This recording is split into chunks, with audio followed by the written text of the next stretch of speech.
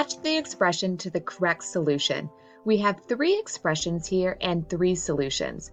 I notice that the top one and the bottom one are multiplication and the middle one is a subtraction. How do I multiply and subtract radicals? Chloe is here with her latest tips and tricks. When we are talking about square roots, we are talking about the radical. That's everything you see right here is the radical. The index is the little number outside of the radical sign, and the radicand is the expression underneath it. When the index is not included, it is always the number 2. Like radicals have the same index and the same radicand. When you are adding or subtracting square roots, only like radicals can be combined. Treat radicals like variables. Add and subtract numbers outside of the radicals. When you are multiplying square roots, radicals need the same index but not the same radicand to be combined. Multiply the radicands and multiply the numbers outside of the radicals. Now that we have Chloe's tips and tricks, we can go ahead and start multiplying and subtracting these expressions. On the first one, 1/3 times the square root of 3 times 2 times the square root of 5. So on this first one here, we have a multiplication, and Chloe let us know that when we multiply square roots, the radicals need to have the same index, but not the same radicand to be combined. I can see that both of these have no index up here, and when you have no index included, there's actually a 2 there, so they both do have the same index. But the square root of 3 and square root of 5 both have 2 different radicands.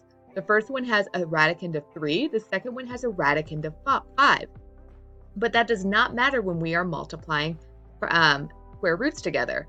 We will go ahead and multiply those radicands together. And the third tip that she gave us is to multiply the numbers outside of the radicals together. So that was the first thing I ended up doing. You can see that I took that 1/3 in front and the 2 in front, and I went ahead and multiplied those numbers together. The other thing that I ended up doing was taking the square root of 3 and the square root of 5 and multiplying those by each other. Now from here, I can go ahead and just do some algebra with that 1/3 times 2, which is 2/3. But then notice what I did to the square root of 3 times the square root of 5. We are multiplying radicands together. They don't have to be the same, but you have to multiply them underneath the same radical. So we take 3 times 5 and we put them underneath the same radical. So that really is equal to 2 over 3 times square root of 15. This right here will be my final answer for the first one. Now let's go ahead and look at the subtraction one. 6 times the square root of 15 minus 2 times the square root of 15. When we are subtracting radicals, Chloe let us know that only like radicals can be combined. A like radical has to have the same index and the same radicand in order to be combined. And on this, I don't see the index on either of them, but I know that when you don't see it, it's a 2, so the indexes do match on both of these. And then the radicand has to be the same too, because to be like, it has to be the same. Both of these have the same radicand of 15.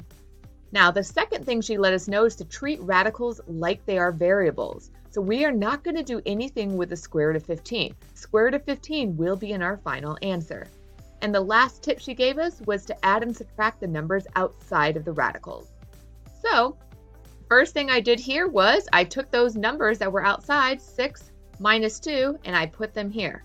Notice that the square root of 15, it's kind of like a variable. If I had 6x minus 2x, we would have got 6 minus 2x. So it's exactly the same thing as if you were doing this with a variable instead of the radical. 6 minus 2 is 4, so my final answer is 4 times the square root of 15.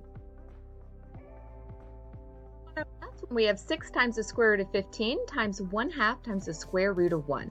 So when we are doing this one, we are going to follow the same multiplication rules that we did on the first one.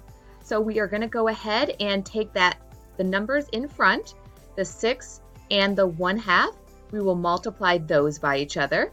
And then when we are multiplying radicands, we do not have to have the same radicands. So we can just take square root of 15 and square root of 1 and multiply those by each other.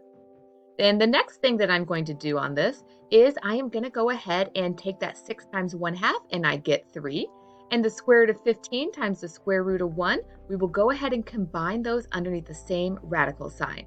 When we do that, we end up getting our final answer of 3 square root of 15.